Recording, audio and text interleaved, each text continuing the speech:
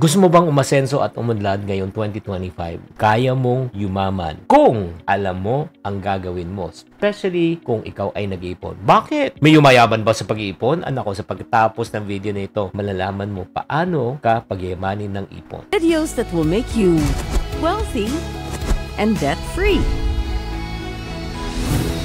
Hi there, this is Chinkitan, your pambansang wealth coach. Mga kapatid, gusto ko lang i-share sa inyo itong isang segment ng Itbulaga. Pinapanood nyo ba yung The Clone?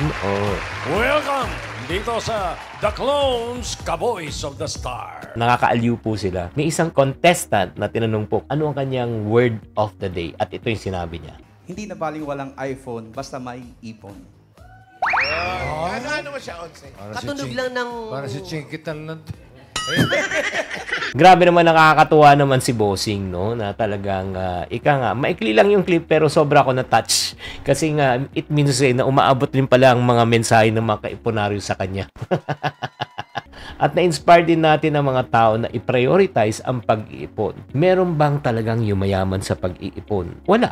Ito lang tanungin ko. Bago ka mag-ipon, kailangan mo ba ng disiplina? Yes or no? Kailangan mo ba magsakripisyo? Yes or no? Kailangan mo ba magpursige? Yes or no? Yes. Now, tanungin kita, may kakilala ka naman ng tagumpay sa buhay at yumaman na walang disiplina, na walang sakripisyo, na walang pagpupursige? Wala. Na hindi mo alam na ang pag-iipon po ang mga katangian na kailangan taglay mo para ikaw ay umasenso, umunlad at yumaman. Pero ito lang, tama ba mga friendship? Mas tataas ang chance mo if you have this characteristic trait. Pero ang nakakalungkot, according to the latest survey of BSP, sa higit 5,000 household sa ating bansa, bumaba ang bilang ng pamilya nag-iipon. Lumabas ng 25.6 ang mga may savings ngayong October hanggang December last year. Mas mababa to kumpara sa 29% nung quarter ng 2024. Bakit nga ba taon-taon na maraming Pilipino ang walang ipon? First obvious reason, sa taas ng bilihin. Yung paboritong tinapay na binibili natin na 70 plus pesos ngayon ay nasa 90 plus pesos na. Itago na lang natin sa pangalang Gardenia. Okay. Oh, number 2, yung sweldo hindi naman tumataas. Number 3, kung sunod-sunod pang mangyari sa inyong emergencies, maniwala ka, kahit anong diskarte mo sa pag-iipon, kakapusing ka talaga. Pero sa totoo lang, yan ang tinatawag nating mga uncontrollable things sa buhay. Pero may mas malalim pang dahilan. Alam mo ang mga dahilan? Yung paano tayo mag-isip. Yung minsan may kakayanan naman mag-ipon, pero ay, bukas na lang, tsaka na lang, bata pa naman ako eh. Or if not naman, yung one day millionaire mentality. Dumating isang malaking pera o komisyon, inubos agad. Or number 3, deserve ko i-reward ang aking sarili. Number 4, bakit? Ba't pa ako nagpapagod? Di ba para kumita? Para gumastos? Para mag-enjoy? Ayun. Yan ang tinatawag na short-term thinking. Alam ko, madalas mong naririnig yan sa ibang tao or minsan nasasabi mo sa sarili mo. And every start of the year, same story. This year, promise, mag-iipon na talaga ako. Pagdating December, wala pa rin nangyari.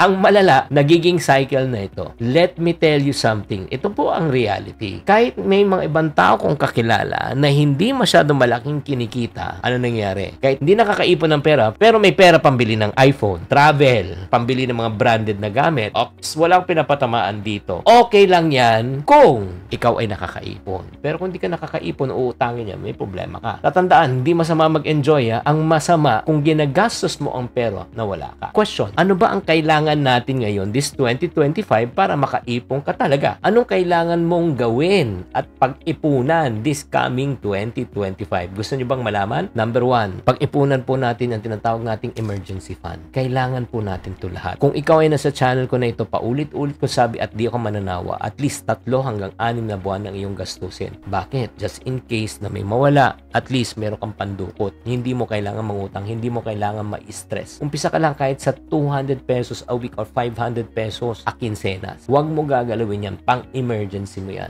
Pangalawa, yung tinatawag nating saving habit. Hindi mo kailangan biglaan. Nag-uumpisa lahat sa maliliit. Kahit pa 20-20 lang. Kaya nga meron tayong ipon challenge, oh. Start lang tayo sa 20 pesos. Shadean mo, lalagay mo yung barya dito, perang papel, 20 to 50, palaki ng palaki, maabot mo yung 60,000 na hindi mo namamalayan. Pangatlo, para makaipon ka ng bonggang-bongga, dapat mindset natin, zero debt policy. Ang number 1 ipon killer, pagbabayad ng utang. Instead na pupunta po sa ipon, na pupunta sa pagbabayad ng utang. Let's go to number 4. Bago tayo mag number 4, babatiin mo natin si Angelico Rebollo, si Lisa Bertillo at Maria Maria Liza Castor. Maraming salamat mga loyal followers natin. Number 4 po, delayed gratification. Tulad ng sinabi ni Kuya Boyet, Di bale na walang iPhone, basta may ipon. Di bale wala ng designer na damit, basta may emergency fund. Di bale na wala ng latest gadget, basta may peace of mind. Di bale na hindi branded ang suot-suot ko, basta handa ako mag-retire. Number 5 na kailangan natin para madagdagan ng ating ipon, syempre, increase our income. Let's face it, mahirap talaga mag-ipon pag kulang ang iyong income. Kaya this 2025, mag-focus na tayo sa pag-i-increase ng ating income through side hustle, online selling, freelancing, small business, learn new skills. Kaya mga ka-friendship, kung ikaw gusto mong matutunan, paano ba ako mawak ng pera? Paano ba ako magpadami ng pera? Paano ba ako mag-manage ng pera? Nako, sagot na kita. Meron na tayong mga tools, mga books that you can read. Ito yung tinatawag natin Tagumpay Diaries. Ang good news po, pag umorder ka ng Tagumpay Diaries, may kasama kapag Piso Planner. So, naka-promo po siya ngayon. If you're interested, i-check nyo na lang po yung link sa baba. Sana nakatulong tong episode na ito at naliwanagan po kayo, na-inspire po kayo. Kaya natin lahat mag-ipon kung gugustuhin. Dahil kung gusto, may paraan. Kung ayaw, maraming dahilan. Tatandaan, tamang karunungan, tamang disiplina, ang susi sa pagyaman.